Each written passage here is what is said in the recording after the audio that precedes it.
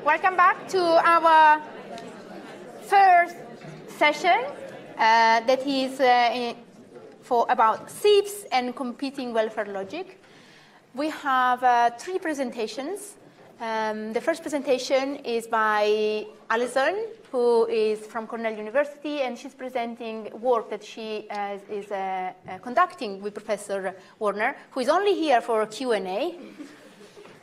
We have a second presentation from Lisa Knoll, who is from Hamburg University. She missed the flight this morning, but Andrea from our team managed to organize a technological solution so she will be with us remotely. And we have Sue Baines from Manchester Metropolitan University. So with no further ado, Alison, the floor is yours. Okay. You have about 15 minutes. All right. Everyone can hear me? Okay. All right. So my name is Alison C. I'm coming here from Cornell University today. I'm Mildred Warner, and I will be presenting on a topic that we're calling Outputs, Not Outcomes. Does SIB market discipline narrow social rights? So this idea grew out of questions that Mildred and I have been considering for the last year since we conducted some research on our previous article on social impact bonds in the early childhood space, which was just published in the Journal of Urban Affairs. So we're kind of thinking about additional questions from that original work. One of those ideas was the frame of human ecological analysis. So we thought this frame could be a really effective way of looking at social impact bond investments because it highlights a hierarchy of actors in SIBs from the child or from the client. So in early childhood, that would be the child or the parent. In the microsystem, to the service provider or the employer who works with the clients in the mesosystem, to the overall market or state policy environment that governs all the actors below it in the macrosystem. So this frame is useful for us just because it allows us to parse out how SIBs target their aspirations for social outcomes and for social impact. Now, another one of the questions that kept lingering in our minds was this notion of the outcomes-based approach. So SIBs claim that they are based on social outcomes and that they pay for success. Because their performance management mechanisms mean that you only pay for the outcomes that you want. But we've been scratching our heads about this a little bit because as actually some of the researchers in this room have shown, an outcome that gets turned into a metric very often is no longer an outcome. It is a sort of narrower version of itself. It's a social output. And there are examples of this in the SIBs that we're going to talk about today, such as the number of children who avoid the use of special education, which we talked about earlier, the number of children who do not get placed in foster care, the number of children who meet some kind of proficiency standard on an exam. So the problem is that metrics must be quantified and measurable so that they can prove public cost savings so that the public can repay the investors. And the issue there is that the way that's often done is through reductions in social services. So our big question from the last year was, do SIBs expand or narrow social rights? Do they produce true social outcomes, broad and clear improvements for society that will last? Do they kind of hit that sort of higher level macro and mesosystem change? So to give away our conclusion a little bit right off the bat, often no. But what we propose is that if SIBs were designed on a public values foundation to seek social outcomes in the meso and macro system, it is possible that they could achieve broader levels of social impact. So if the goal of the SIB is not just an accounting or budgeting or austerity exercise, if the basis of the design is a goal to build social equity and create social infrastructure at a higher level, then the social outcomes that SIBs aspire to are possible. But the metrics would have to focus more than on just behavior change and service reductions. So our issue is that SIBs in the early childhood sector only focus on vulnerable children and families. They could focus on stronger public and market actors, but they don't. For example, why don't we see any SIBs in childcare or parental leave? So these interventions are hugely beneficial to families, employers, communities, regional economies, and yet we have not found any SIBs focused on them. So with all of this in mind, we decided to look at SIBs in OECD countries that offered early childhood programming. We started our work initially with our perspective on early childhood SIBs, so we just decided to expand to look at other countries as well. We looked for SIBs that were targeting working with children up to age 5, including pregnant women, and we found 14 SIBs. We tried to be generous about the parameters that fit into those. So they're in a variety of sectors, from health education for parents to support for families, to especially family preservation, to preschool. Most of these SIBs use interventions such as behavioral therapy and counseling for foster care and substance use. They also use home visitation services, preschool, or programs that target lack of school readiness. So here in the you can't really see the white and the gray, but in the gray rows, which is the top, the middle, and the bottom, we found 2 SIBs working on health education in the US. In social support and families, we have 2 in the US, 3 in the UK, 3 in Australia, 1 in Germany, and 1 in Canada. And then 2 in preschool in the US. And in the white rows, which are the second and the fourth one, so we found no SIBs in parental leave or childcare, even though these fields typically are dominated by private market actors who would seem to be most responsive to kind of the market and financial discipline logic of SIBs. So in looking at all of these SIBs, what we found is that all of them use metrics that measure individual behavior change and service reductions, every single one of them. They all focus on the microsystem. They all focus on outputs. For the most part, these SIBs are looking at the child or the parent when looking for the behavior change. So that is in the microsystem level of our model.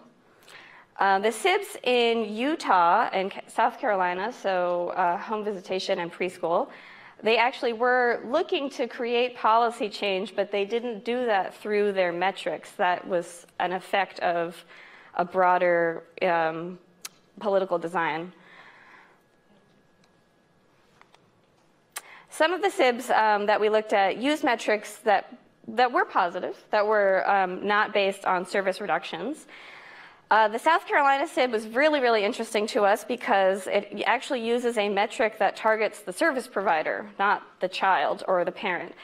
So we thought that targeted the meso-system level. This metric was the coverage of services in low-income zip codes. So what it's actually looking for is for the service provider to more broadly distribute their services instead of for the client to change their behavior. So the others that I'm going to mention, they all focus on the individual and the microsystem level, but they're not looking for service reduction. So in South Carolina, Connecticut, and Michigan, they all have at least one metric that was measuring public health improvement. So like increases in healthy birth spacing, decreases in preterm births, and reductions in substance use. Australia had 2 new PIN SIBs that measure family reunification instead of the number of children placed in out-of-home care. And then 3 of the SIBs that we looked at in the UK, they were measuring increases in school attendance. So we found from looking at this that measuring social outcomes beyond individual behavior change is possible, or at least measuring them in a way that is not encouraging the reduction of services. So now returning to the service providers, all SIBs reform the behavior of the service providers that are involved only because the operational demands of the SIB kind of make them do that. So for example, expanding program service slots or tweaking their models or producing more administrative data. But curiously, the SIBs only seem to target public and nonprofit service providers, so like school districts, community organizations, large nonprofit institutions, and they ignore private market actors. So no SIB metrics seem to target these stronger market actors through a measured change in behavior, such as private employers paying for parental leave or paying for childcare, or state policy expanding social rights, at least not as far as we've seen in early childhood. So this is a table, it's an excerpt from a table in our paper that shows a range of possible interventions in early childhood, and then the stronger actors or service providers that could be involved in those interventions and the ones that the SIBs actually target.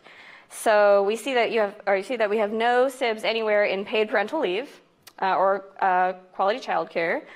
Why is that? So there are market sectors with powerful market actors, but that should be responsive to the market discipline of SIBs. In the gray rows, so 1, 3, and 5, in health education for parents, family social supports, and preschool, SIBs target state policy. They could target state policy, private for-profits or nonprofits. But they focus on children, nonprofit service providers, and they also focus on state policy, but not through their metrics. So the point of this table is that there could be private market actors involved in SIBs, but they aren't. And occasionally state policy is targeted, but not when it could impact private market actors. So here's the problem with outcome metrics. SIBs rely on performance management to measure public and social value, to measure social impact. But the internal logic of SIBs equates public and social value with financial value or shareholder value. And what is valued becomes what is measured. And what is measured is the vulnerable client and the nonprofit service provider. So one of our concerns about private financial values is that these vulnerable clients, the children and families, could become a new investment class of human capital. Measuring value when it is defined as private financial value changes how you measure public value. So SIBs influence and are influenced by this formation and measurement of public value. What we noticed in our cases was a weight between the US and the rest of the countries. So there are at least as many in the US as there are in the others. So why was that? Well, market choice characterizes public values in the US, whereas other countries in the OECD maybe they subscribe to sort of broader values of social inclusion. And our concern about public values is the way that the SIBs narrow the interpretation of social outcomes, which may also further reduce social rights in both of these places, right, instead of expanding them. SIB outcome metrics in early childhood, what they're doing is simplifying measures of social value and limiting them to what produces profit or reduces services. So social problems become redefined because the interventions that are used are trying to implement preventive solutions, but they're financed through the denial of services. And denial of services cannot be the foundation of greater social rights. So this is another excerpt from a table in our paper where we tried to consider this question of how public value foundations might influence SIBs. So public value forms the foundation for where SIBs are allowed, as you can see. So there's 2 areas where there are no SIBs, same rows, 2 and 4, where the state has either taken care of that service or where the market is determined to be the best provider of that service. So our big point is that when SIBs are changing their social values, they're narrowing them. And when we see more SIBs in the US, in the areas where we do see SIBs, we note that the values where we do find SIBs are narrower in the US than in the other countries. So we don't see SIBs in parental leave and childcare, where these are social rights. So in the US, these areas, paid parental leave and childcare, are seen to be under the purview of the market. So they should be appropriate for SIBs, but they're not. But SIBs aren't targeting market actors. So we don't see SIBs in those areas. In most of these fields, the decision to access or use the services is the responsibility of the family, at least in the United States. But elsewhere, perhaps it's seen as more of the responsibility of society to support the family. So I'll just conclude here by saying, giving a summary of our points today. So we're offering 3 broad critiques of the SIB model. That the metrics are focusing on narrow outputs instead of broad social outcomes. SIBs are failing to target their interventions on more powerful market actors that could have more meaningful change for families and communities. And SIBs are also reinterpreting public values as private values, private financial values, which is fundamentally redefining and narrowing them. So the problem with SIBs is that financialization narrows social values. And what SIBs should do is scale up macro-level change to achieve broader impact. They should expand social rights, but they won't be able to do so if they keep designing outcomes around denials of service. Thank you very much. Yeah.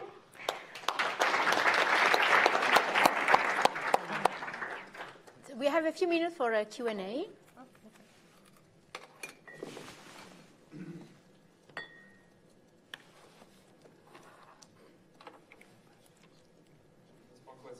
Can we have a microphone?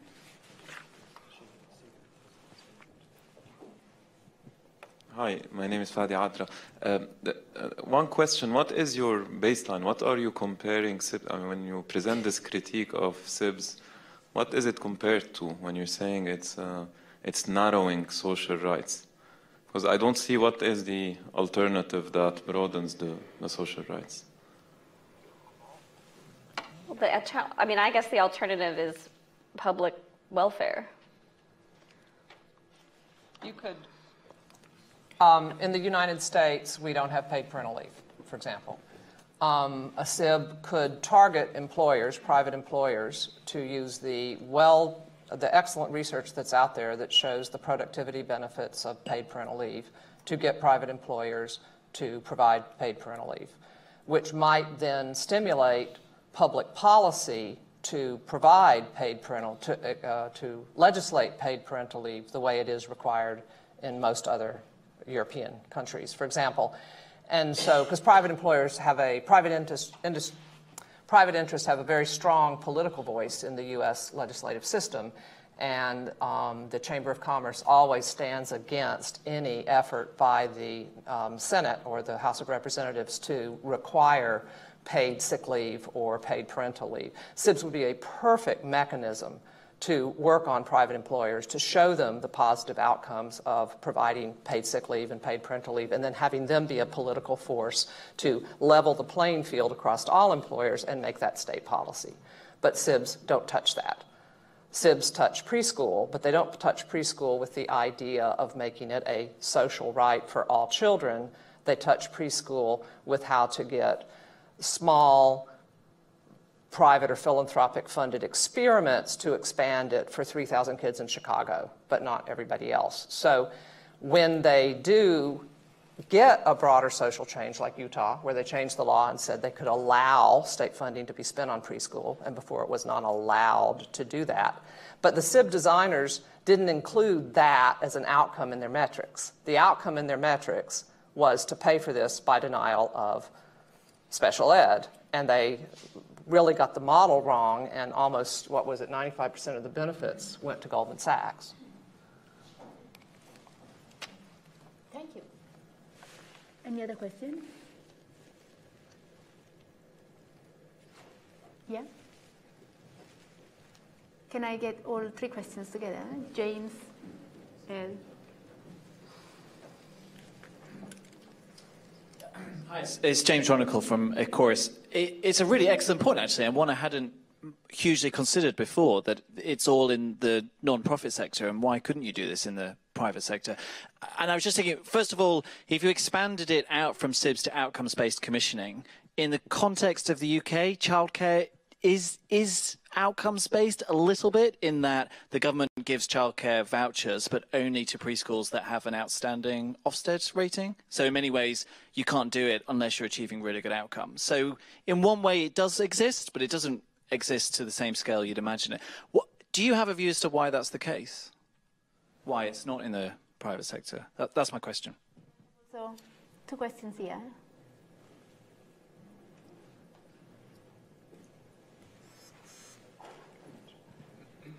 Neil Reeder. I was wondering if you could explain a little bit more about how it is that you see savings accruing in relation to parental leave. Now, I can see how it is that you would generate social value for the economy through this, but it seems harder to understand where it is that that amount of cash would come through in the future in order to repay the social impact bond. And I would have thought it's because of that issue that in places like the UK, we go for legislation and law which puts the onus on the private companies to be paying for this. So to what extent also have you been thinking through about when is regulation appropriate and when would a social impact bond become feasible because it can pay for itself? Thank you.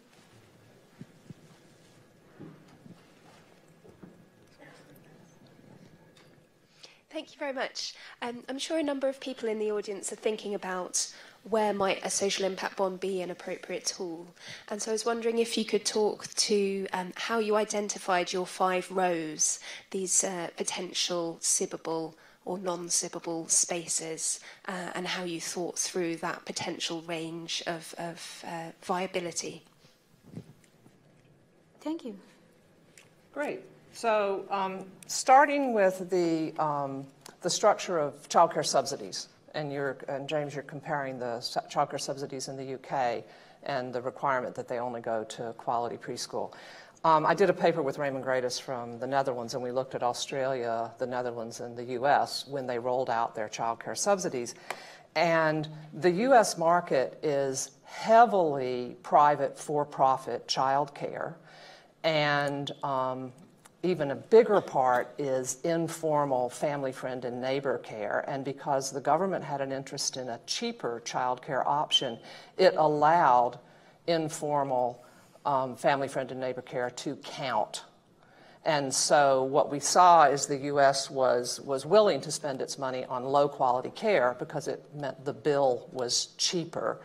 And there's been a lot of work now on quality rating systems and trying to link subsidies, bigger subsidies if you get 5 stars instead of 3 stars, to try to move the market to quality.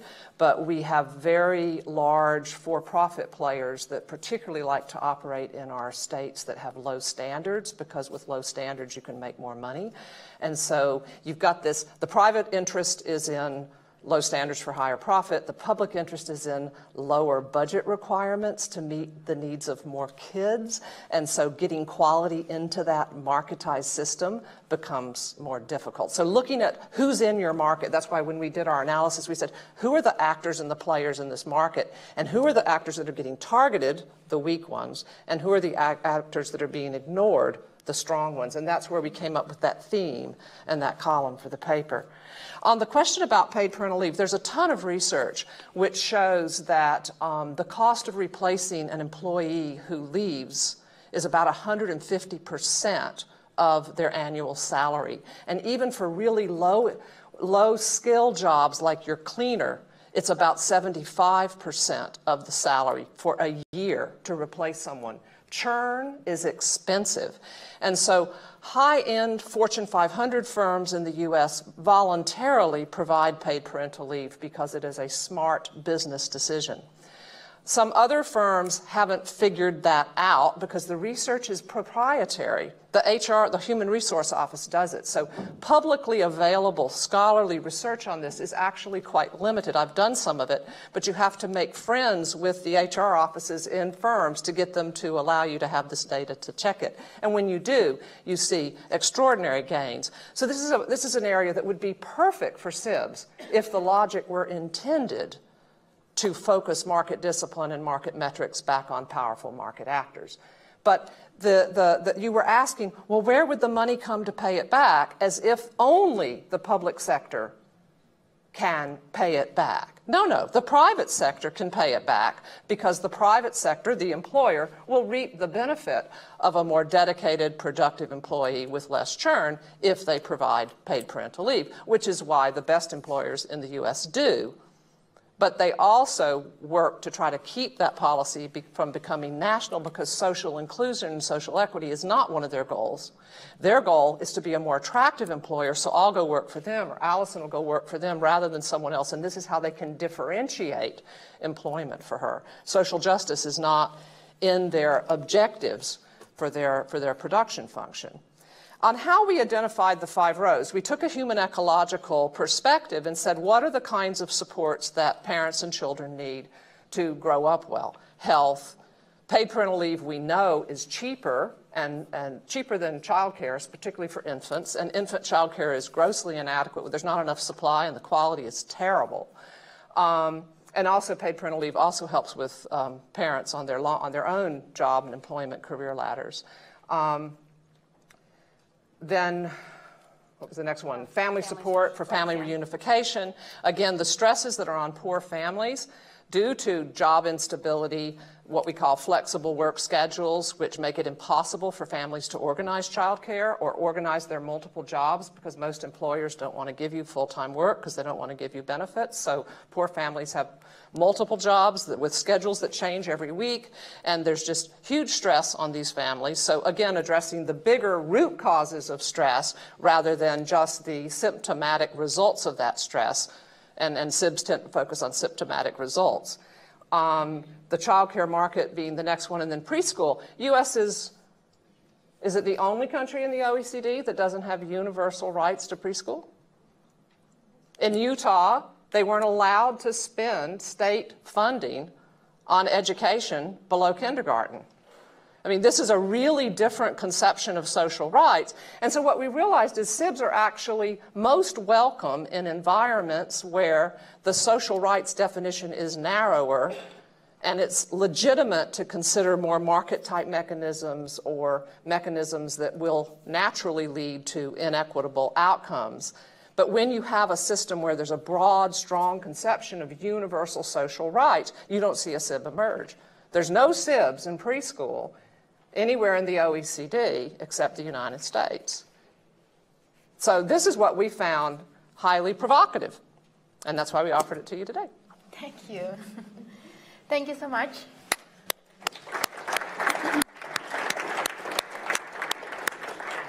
And we should have online Lisa Knoll from the University of Hamburg. Thank you for joining us. Can you hear us? Yes, hello. Hi. Hello, can you hear me? I'm trying to speak loud. Perfect. I think we can hear you. Can you hear her at the back? Yeah.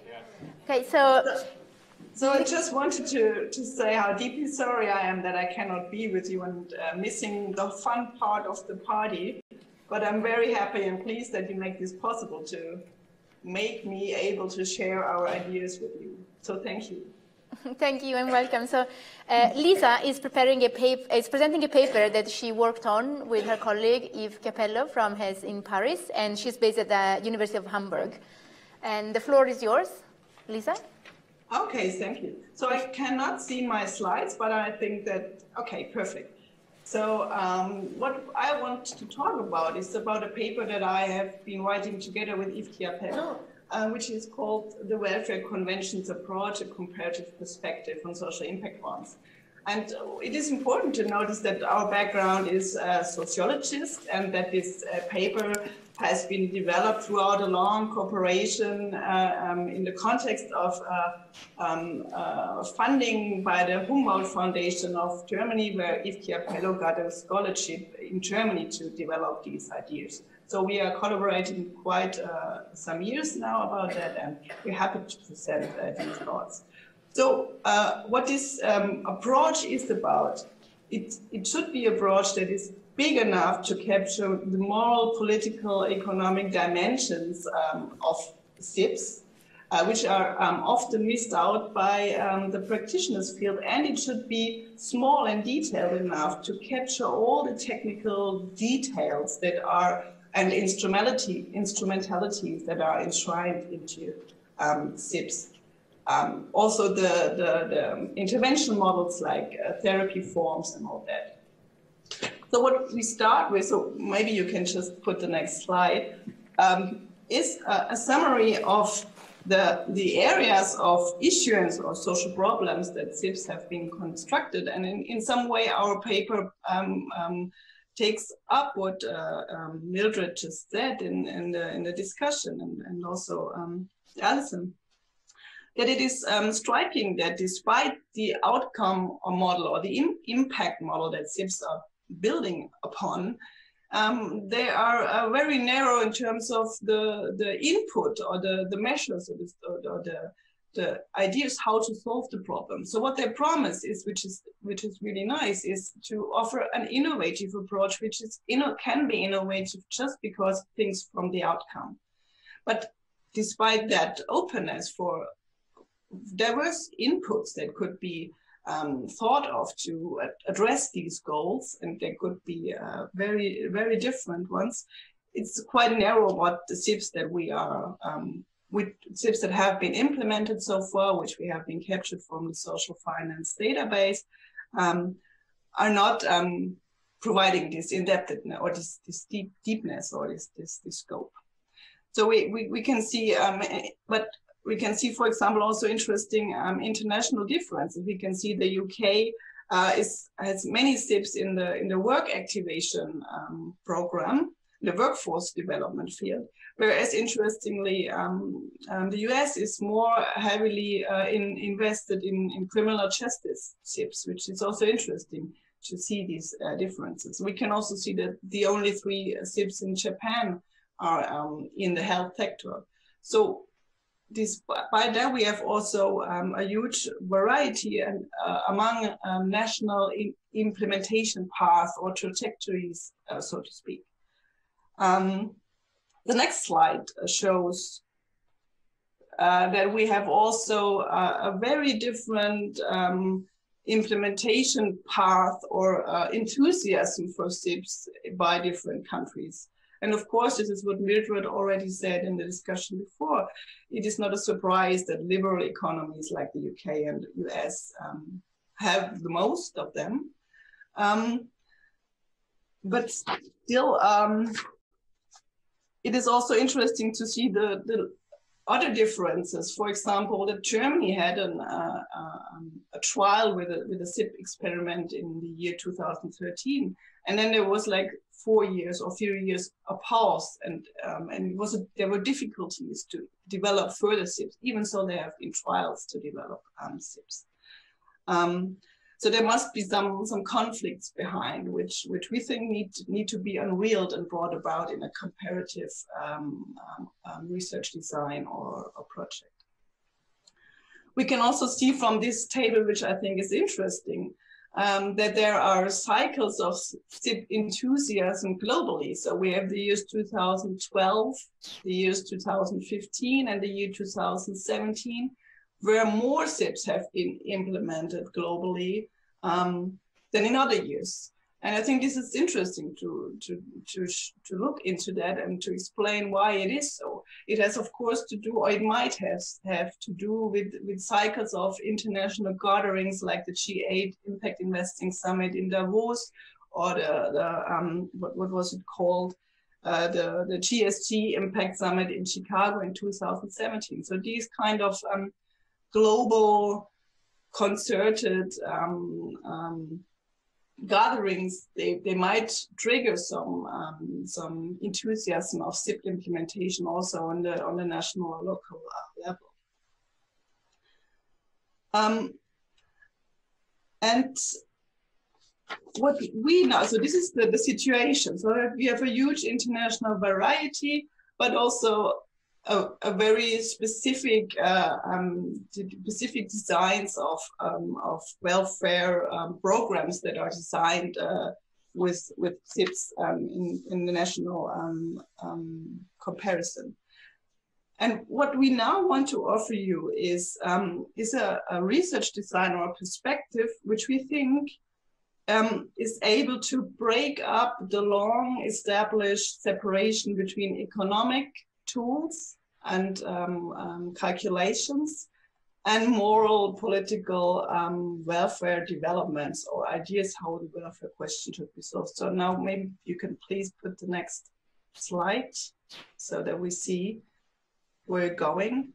So this is, it's a very complicated table, and just let me explain. So I will talk about it for a while now.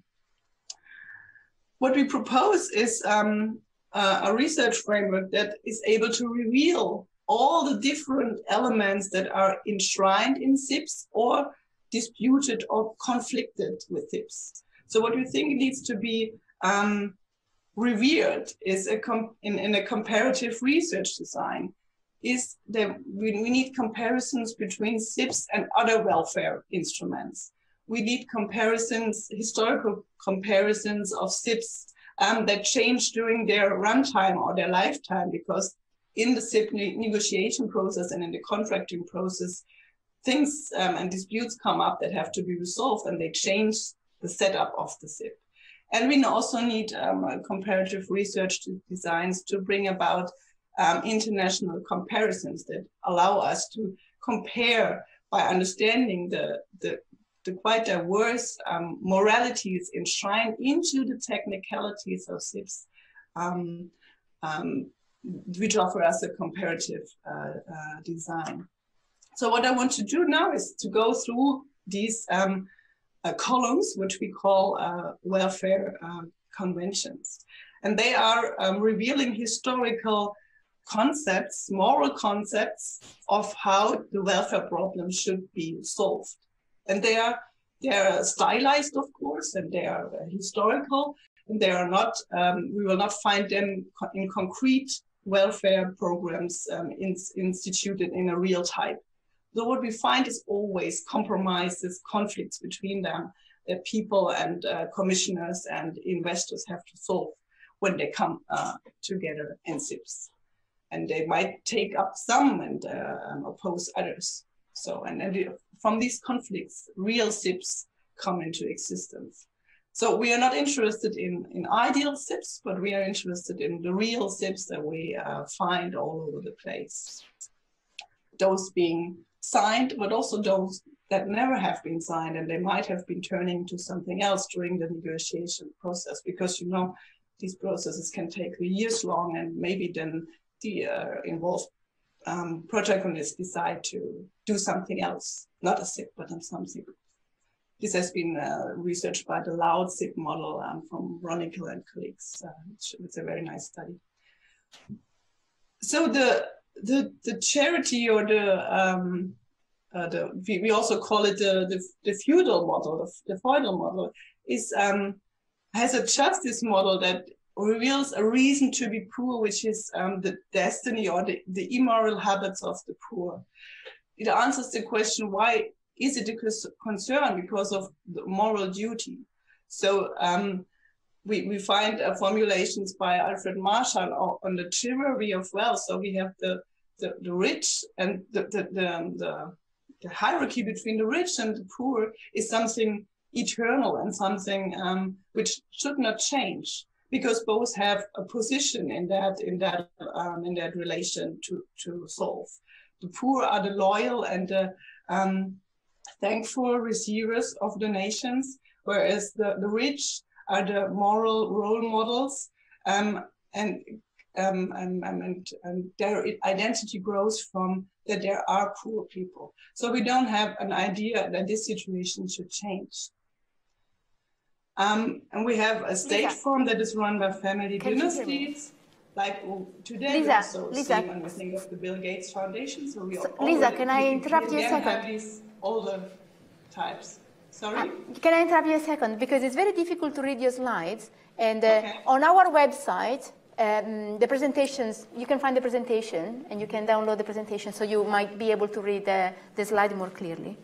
And then, Lisa, we will have another 15 minutes. I want to make sure that you leave enough time for question and answer. Thank you so much. So I want to go through these to make you understand that. And then there's the communitarian model, where you have ideas of the welfare problem should be solved by the community and by people that have the same interest, and they're organizing mutuals. And then we have the idea of the civic model, where you have eternal rights for welfare, and you have elected delegates that are designing laws where you have entitlements. So this is, and it's a tax finance scheme. And then you have full employment, which is based on a Keynesian idea, which is clearly based on jobs and economic development, and its statistics are based on booms and recessions and financial crisis, and the state experts are intervening in the economy in order to organize work and full employment, which is something we still have in some SIBs, but this might have been lost during the years. We can, for example, think of if the state invests in an ecosystem, it's kind of industrial policy model.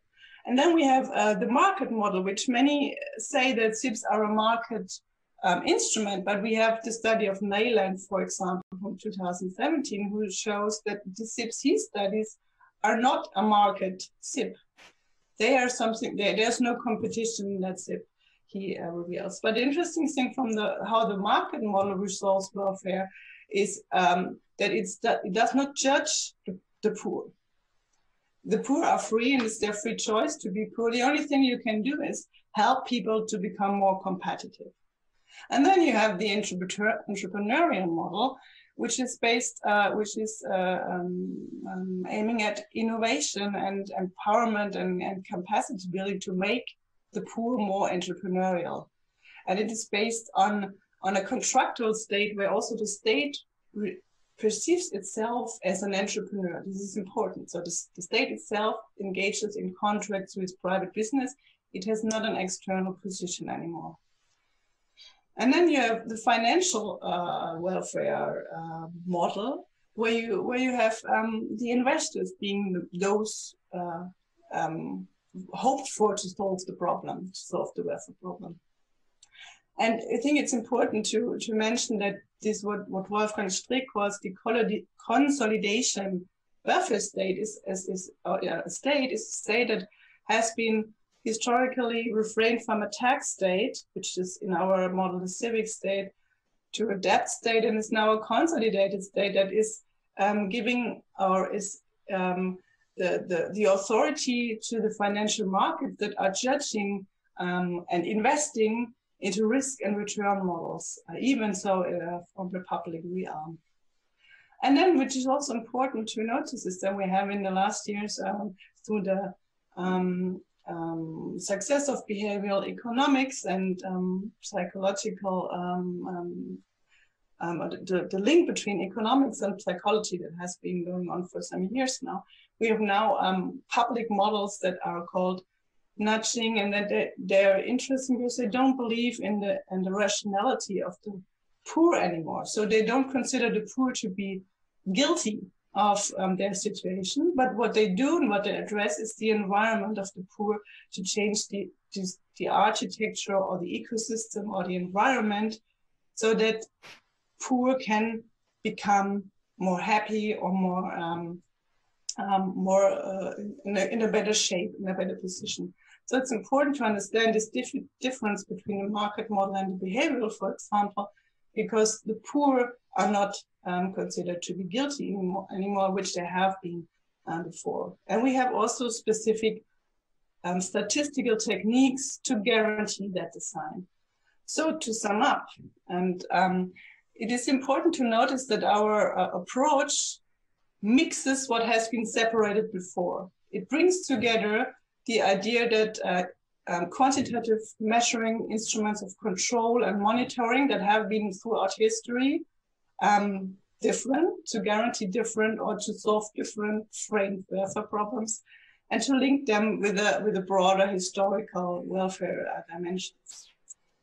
And so this is the broader framework, and what we think is, and what we propose is that we have concrete SIB constructions that are informed or that are inherited traces of these diverse welfare models that have been developed throughout, I would say, modernity or modern history. Even so, two of them, the feudal and the communitarian model, they are older than the modern welfare solutions like the market or the civic or the full employment.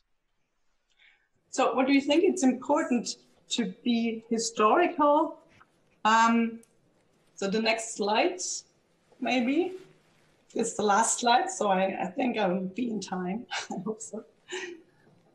The last slide is what do you think is important when we study SIBs? So what we want to propose, it's a comparative perspective on SIBs, which says So we need to turn that around. It says unbundle first, and then it says historize, and then it says compare. So it's unbundle, historize, and compare, which we can do on many levels when we study SIBs.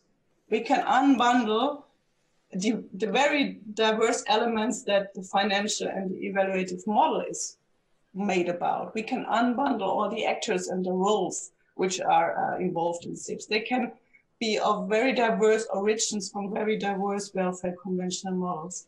And we can unbundle the social intervention that is designed, which can have behavioral traces, which can have entrepreneurial traces, which can have ideas from full employment history and all these things. It can also have ideas where the poor are judged, and it can have concepts where the poor aren't judged. So it's a very important how the relation between those that give and provide the welfare and those that receive the welfare is designed.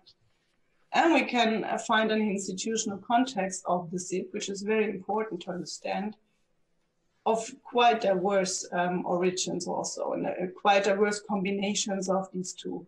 So this is what Mildred Warner said before. Of course, the US is quite specific, and it's very different from what I know best, the German model, for example. So it's interesting to see that the Osnabrück SIB that has been launched in 2017, there is a local savings bank involved that will donate its reimbursements, its eventual success reimbursements in case of a positive evaluation. So it's a very interesting design where you construct a SIB, but then you reinvest, or you not reinvest. It's very important. You donate what you have been receiving. So we think it's important to take into account these very little difference between donation, investment, the construction of a market which would be a competition model that has to be also secured by the state from the outside, which is something so that the free actors can be responsible for themselves. I think this is something which we do not see so much in SIBs anymore. Even so, we see the SIBs are addressing the workforce development, which could be interpreted as a market model, but maybe it's more full employment type that we see there. So also the randomized control trial, which is a psychological method, is something very specific, which might be different from the other models that we see. So it's a very specific way of monitoring and control statistically the welfare aim that we have. So, and also for example, on the funding side, a rate card system is something very specific and something very different from a grant, from a senior investor, from a subordinate investor, and all these roles and positions have to be unbundled. That's what we think, in order to design comparative research designs, which can be, I will repeat that, a comparison can be international comparison of diverse SIBs. It can be a comparison between SIBs that have been signed and SIBs that haven't been signed, and then what else was made out of them.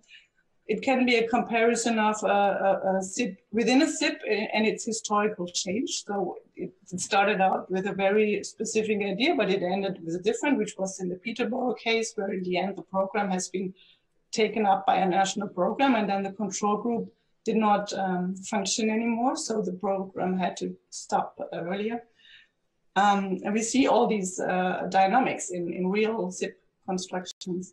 And which I think is most important, which is also from a literature review of Fraser, where they claim or they complain about that despite all these narratives of evaluation and hard facts and strict evaluation in this discourse of SIBs, we do not have comparison of SIBs with other welfare programs, which could be done by such a research design that takes into account other welfare programs with their specific limitations also, but with their specific consequences. So we hope, and with their, what we think very important, with their very specific statistical tools to monitor and control, and their very specific monetary flows they design, and they are built on. It's a difference, of course, tax, and so on. So all these monetary flows are outlined in the table that I presented before. Thank you, Lisa. Yeah, I hope you got some of the idea, and I'm very happy to get your insights and questions. So we probably have time for just one question.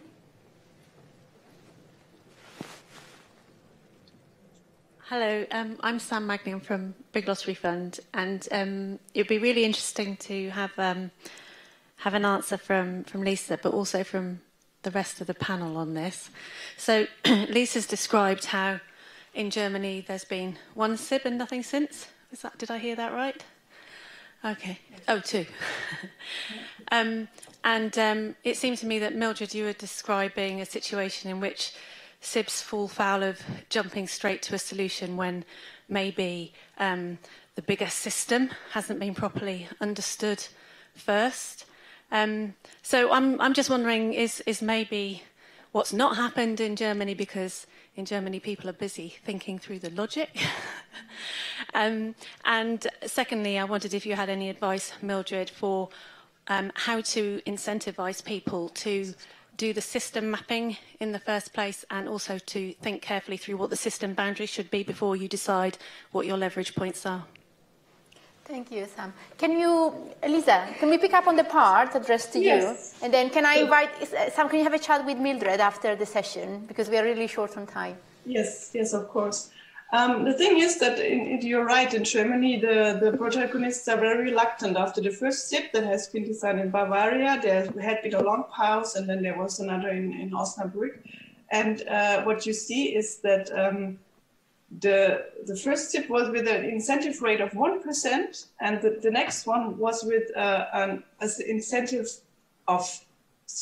with an incentive, but that has to be donated. So we don't have a huge tolerance for the incentives going back and going to the financial market. So it should stay in the system. So I think you're right. It's about the tradition of funding a public budget funded tradition. But we have also these very powerful welfare organizations, which I figure are reluctant to SIBs. And they are also lobbying against them, and they're very powerful. So you have, of course, quite diverse historical paths which need to be understood. Yeah. Thank you. Very interesting, Lisa. I've been stealing 3 minutes from every speaker to catch up with our late stars. So I'll hand over to Sue Baines, who is presenting some work that she's conducted with her colleague Chris Fox from Manchester Metropolitan University. Okay. Can everyone hear me? I don't need to shout. Okay, that's brilliant. Well, thanks for staying with us, and I'm a bit nervous about following two really excellent presentations, but I will do my best. This is, as we've been told, a joint presentation by myself and Professor Fox, who unfortunately can't be here. And our inspiration for writing it, and this piece of work really, is that Chris has worked a lot on social impact bonds and payment by results, recently written a book about that with colleagues. And together we've worked on European projects which use the term social investment, but almost never refer to financial instruments such as social impact bonds and payments by results. And vice versa, the literature on social impact bonds almost never refers to social investment in the European sense. So this presentation is a reflection on trying to put those ideas together, and we would very much welcome feedback onto whether that makes sense. Okay, so I will try to be quick. I'm very aware that lunch is imminent, and I need to get the technology right. Can you remember what? I'm giving you the whole 28 minutes. Okay. Right. Your lunch will be 3 minutes late. I see. Okay, so social investment, this first slide is about these two meanings of it, and this one everyone in here will be very familiar with, so I needn't dwell on it. New financial instruments, new funding interventions, the way it's used by government in the UK, well, particularly in England, in fact, more than the UK more widely, growing social investment markets and the idea of a new pillar of finance to deliver public services. The quote above is from an academic paper in a journal on the third sector, which talks about again, social investment refers to finance that enables growth and development of activities to produce environmental and social outcomes, and that will be very familiar.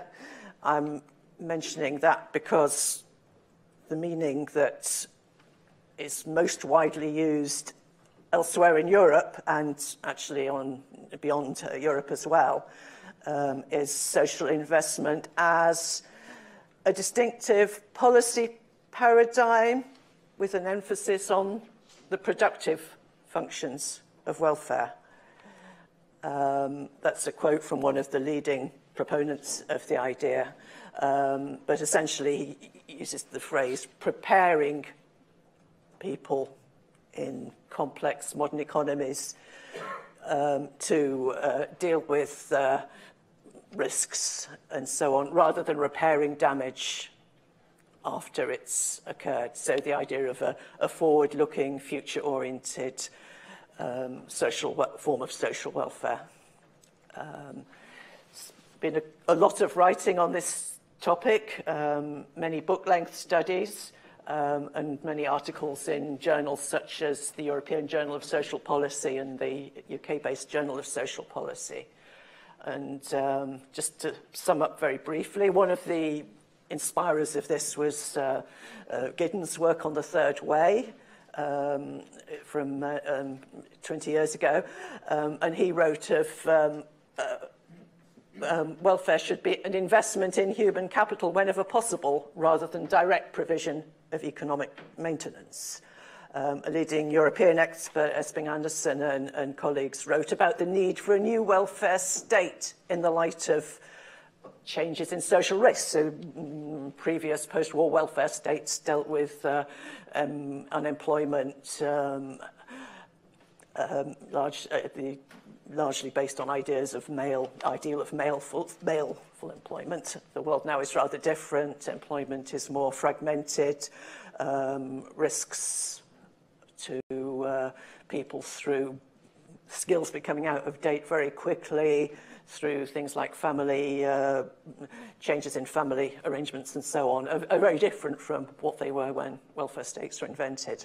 And there is need for change in that respect. So, just to underline that this is something that's quite well established and highly supported by influential, powerful organisations. I won't read through that slide word for word, but going on for the last 20 years, the OECD conference, the Dutch presidency of the European Union introduced the term social policy as a productive factor. The World Bank published on the topic, the European Commission Lisbon Agenda for Social Policy Guidance. The Belgian presidency of the European Commission in 2001 commissioned one of those books that was in the last slide around why we need a new welfare state. In 2013, the European Commission launched what it called the Social Investment Package, and the European 2020 strategy also uses that term as part of its economic and social policy agenda. So, is it a new paradigm? It's claimed to be by many influential writers. There's some contestation about that, but just to highlight some key thoughts. 10 years ago, Taylor Gooby, a social policy expert based in the UK, talked about social policy shifting from social provision to social investment. Morel and others in 2012, in a book-length study, wrote of it as an emerging paradigm, not fully established, but important in ideational terms.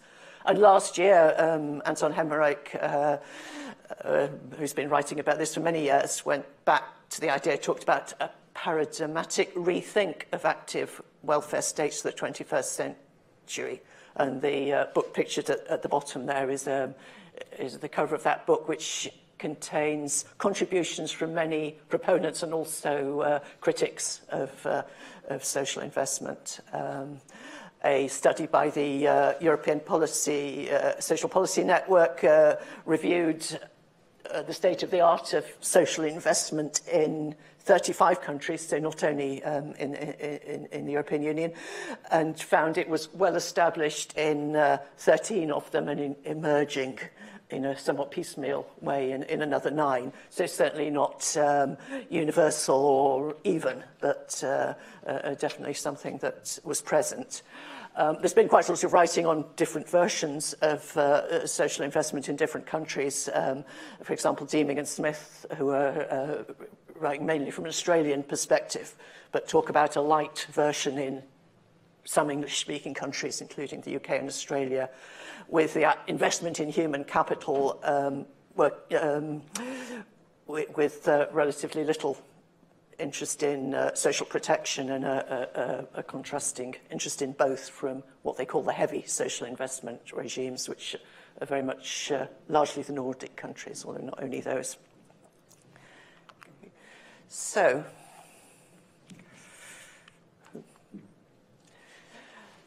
there's very, very little, and I've spent quite a lot of time, Chris and I, searching for this. References to both meanings of social investment are, should we say, not common.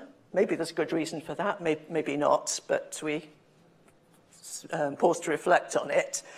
In the document from the European Commission setting out the social investment package, there is a brief reference and a footnote which talks about we need more innovative financial approaches, and social impact bonds are mentioned, but not given any prominence. One of the chapters in Hemmerich's recent collected book takes issue with that reference in the European Commission document and argues that people who really believe in the social investment paradigm should resist that kind of financial implement, which is interesting because it's one of the very few and most thorough discussions of the two meanings, although not one that we feel is complete.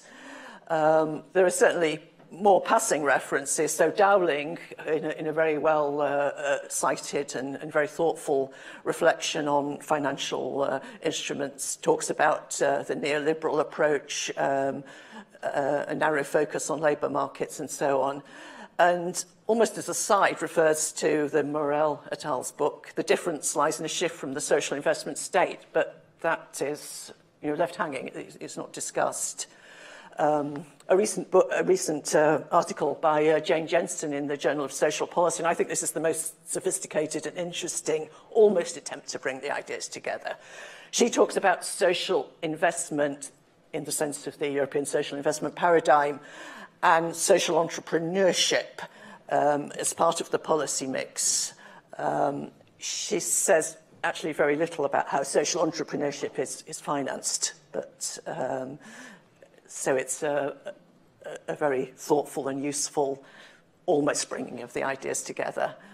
Another recent article also talks about the UK notion of social investment as evocative of what Jensen defines as the broader European policy making. But again, that's an aside rather than anything that's much developed. So, right, so just I want to step back. I've used the word paradigm a lot, and it's very widely used in discussion of this topic. We'd like to step back and think about what policy paradigms are, what constitutes them, how they come about, why they're influential and why they matter. Going back to the seminal work of Hall in the 1990s, a policy paradigm was defined as an overarching framework of ideas that structures policy making. It defines the problems that are addressed, how they're understood, what kind of goals should be pursued and what kind of instruments are appropriate for pursuing them. Paradigms tend to be taken for granted until something happens, crises, policy failures generate interest in change. And most commentary on policy paradigms uses some kind of hierarchy of levels. So, for example, Nichols and Teasdale talk about macro, meso, and micro levels. Others use slightly different versions of that. I quite like the Kern et al.'s paper, which was actually about environmental policy, not social policy. But that refers to 4 levels of paradigms: the high-level interpretive framework, the ideas about what should be done, the policy goals, policy instruments, and very importantly, the governance of institutions, which seems particularly pertinent in the spaces we're talking about here. So, just a broad kind of overview of what I've called 3 welfare paradigms. I've taken this partly from the work of Hemmerich.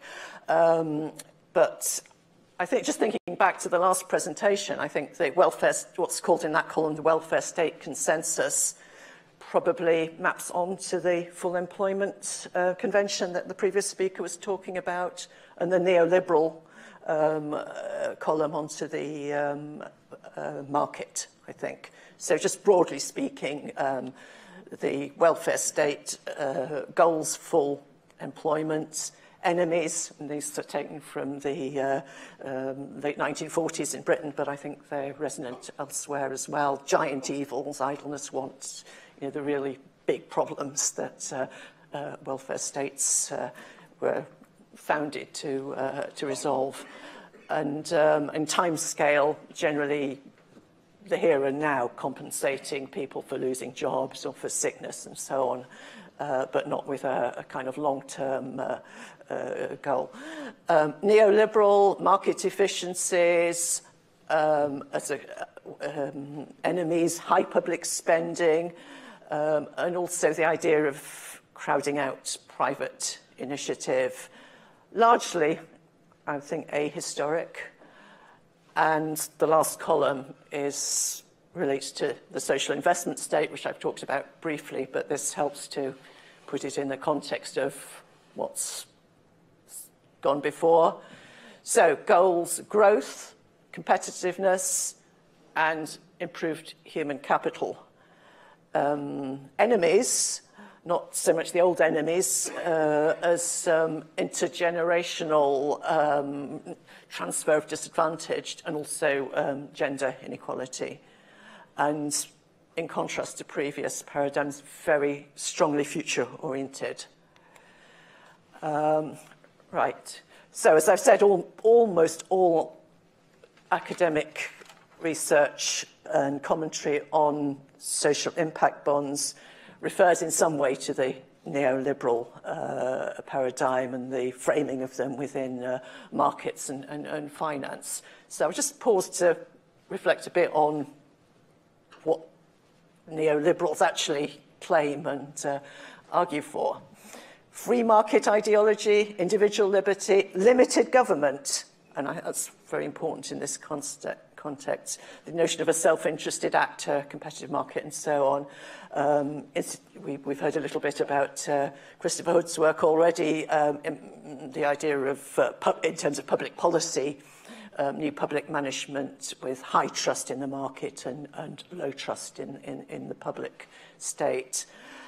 I've highlighted that third bullet point, a quotation from Milton Friedman, who's one of the big neoliberal gurus. And I think that's important because it doesn't fit very well with the social impact bond agenda, I think. The only legitimate social responsibility of a business is to increase shareholder value.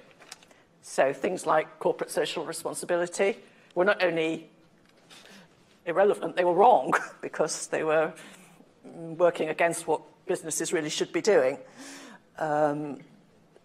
In the world of social impact bonds, as we've already discussed to some extent, we have hybrid organisations, social businesses, philanthropy coming sometimes from business itself. So, a picture that doesn't really fit that kind of neoliberal view of what a business is.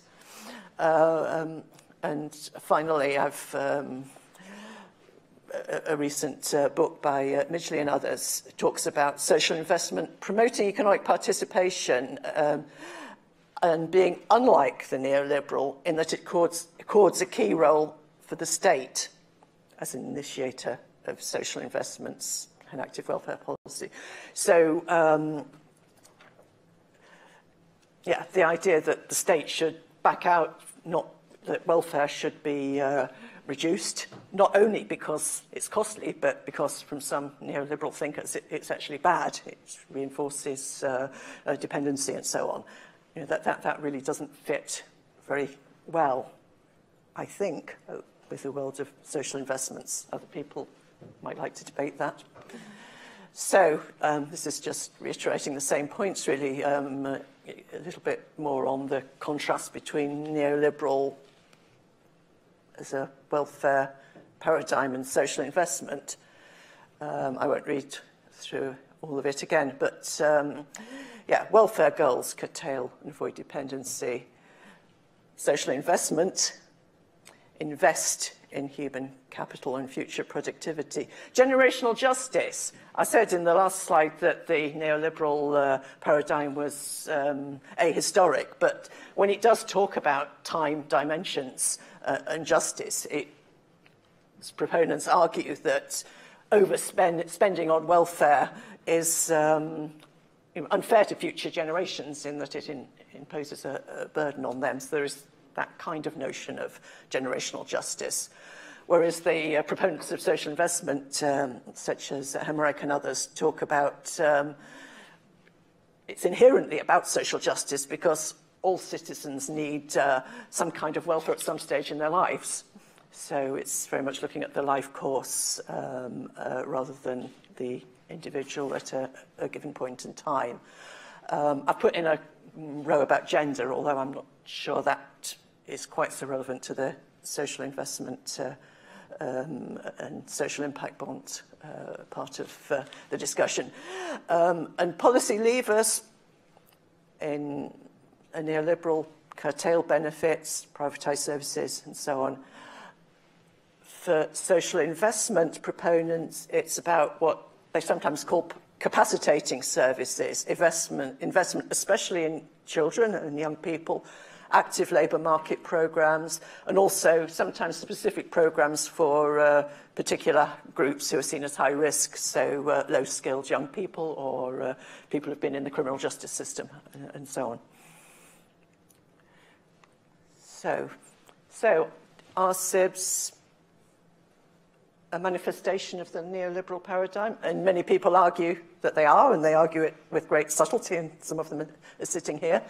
I'm throwing the discussion open for debate. I think if we take seriously the notion of a successor paradigm called social investment, then perhaps we should think a little differently. So I'm quoting here from Mildred, so I hope I've got this right. SIBs reflect the continuing logic of neoliberalism, the sway of neoliberal ideas and interests, continuing hold over government, business and non-profit thinking. I've also pulled out a paragraph from the same paper, which seems to fit quite well with the ideas from the social investment paradigm. The rationales of the early SIBs echo broader social outcomes in prisoner SIB schemes, a shift in the public sector focus from incarcerating people again to investments in reducing recidivism and committing crime, and more funds to experiment with innovation. And there's a lot of debate about whether innovation is really occurring in SIBs, but it's certainly a very much an ideal and something their supporters claim. And also the broader societal goals in terms of preschool SIBs, which we've already heard quite a lot about. I tend to concur with the view of Mayor and Mayor that SIBs are neither a silver bullet for funding social policy or, this is their words, not mine, the neoliberal devil's handiwork. I leave that for others to discuss. This is the final slide, and it's trying to map social impact bonds onto the four levels of social investment paradigm using the categories I took from the paper by Kern and others. So at the ideational level, strong future orientation, aspirations for outcomes over the long term. And that echoes also what our keynote speaker discussed earlier this morning. Goals, support and expand welfare programs. So it departs from the traditional welfare as it was understood in the past in this country and others, in that seeing government as the deliverer and as well as the funder of programs. It looks to the long term, focus on preparing and preventing and rather than repairing damage. So most social impact bonds are about some kind of prevention, although obviously that can be, the way they do it can be critiqued. Governance, many stakeholders are involved, and many commentators on social impact bonds have commented on this, the complicated stakeholder network of public, private and non-profit. But it does see governments as a strong partner, and there is a legitimate role for governments, which many of the neoliberal gurus would deny. And in terms of instruments, social finance, a prominent promoter of SIBs, designed to overcome challenges government have in investing in prevention and early intervention. Capacitating services, SIBs exist at all life stages, I think. Viable, possible, might not always happen, but it's possible for programs to receive stable funding over a longer period of time than might have happened. The whole idea of evidence-based models, they are very much dependent on an evidence base, and at least ideally involve experimentation and adaptation and processes of learning.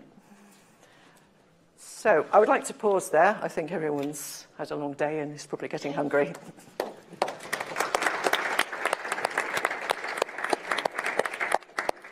So we have a few minutes for questions.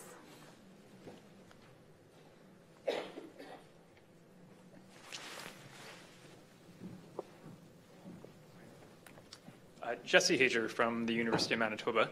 I appreciate the focus on welfare regimes, and I have a question around, do you have any normative comments on the welfare regime approach? You can think of social impact bonds as being produced from two different theoretical frameworks. One could be an efficiency-enhancing contract structure that's resolving some sort of principal agent problem, but I think where you're going is that welfare regimes actually matter. So you can look at Epstein-Anderson's Three Worlds of Welfare Capitalism approach, which has a normative tone to it, right? The social democratic model is superior in generating social welfare outcomes. But you also quote Hall, who in his Varieties of Capitalism approach argues that you have two systems which have different reinforcing elements. So the more market-based system, market-based policies work because there's synergies, where the Western European model has a more planning-based approach, and market-based tools may not work well. So I'm just wondering if you or the panel has any comments on that. Do these regimes affect whether social impact bonds are appropriate or not? And I'll leave it at that. Thanks.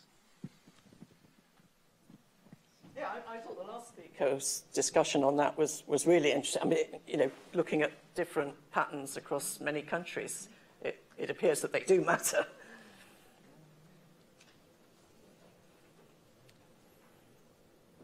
But I mean, it's a thoughtful comment and something useful for us to reflect on, I think.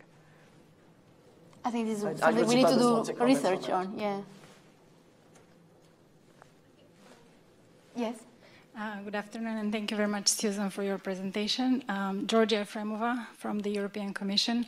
It was extremely stimulating as a presentation. I can confirm from my own work with social investments that we are now fully into the social investment paradigm. As Commission policy, a lot has happened in the last 5 years since the publication of the social investment package.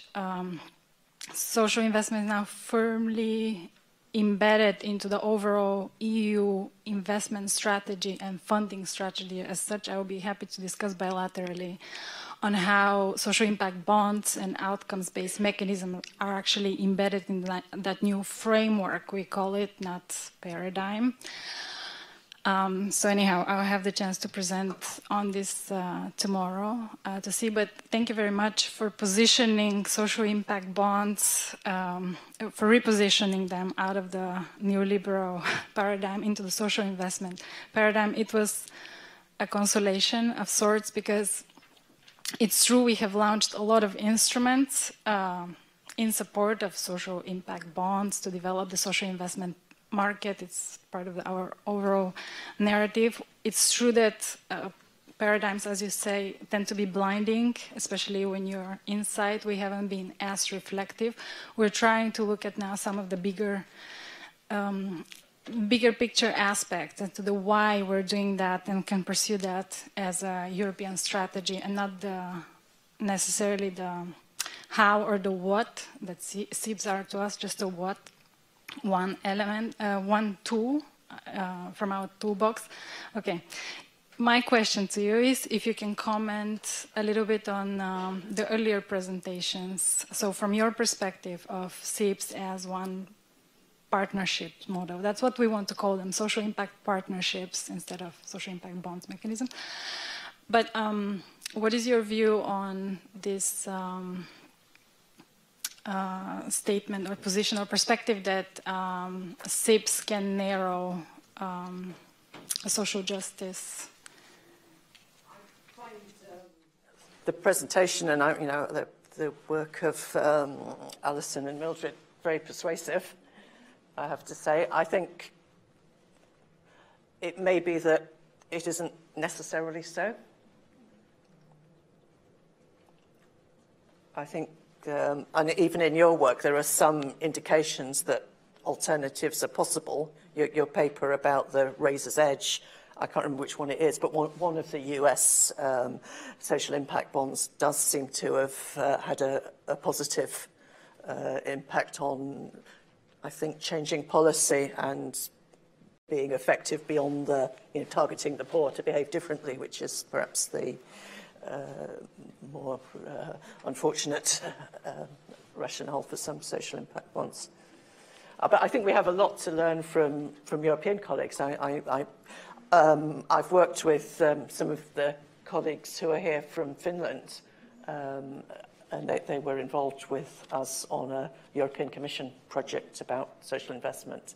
And I know that Finland is moving towards social impact bonds in a very interesting way, and I think they've framed them very differently from the UK and the US.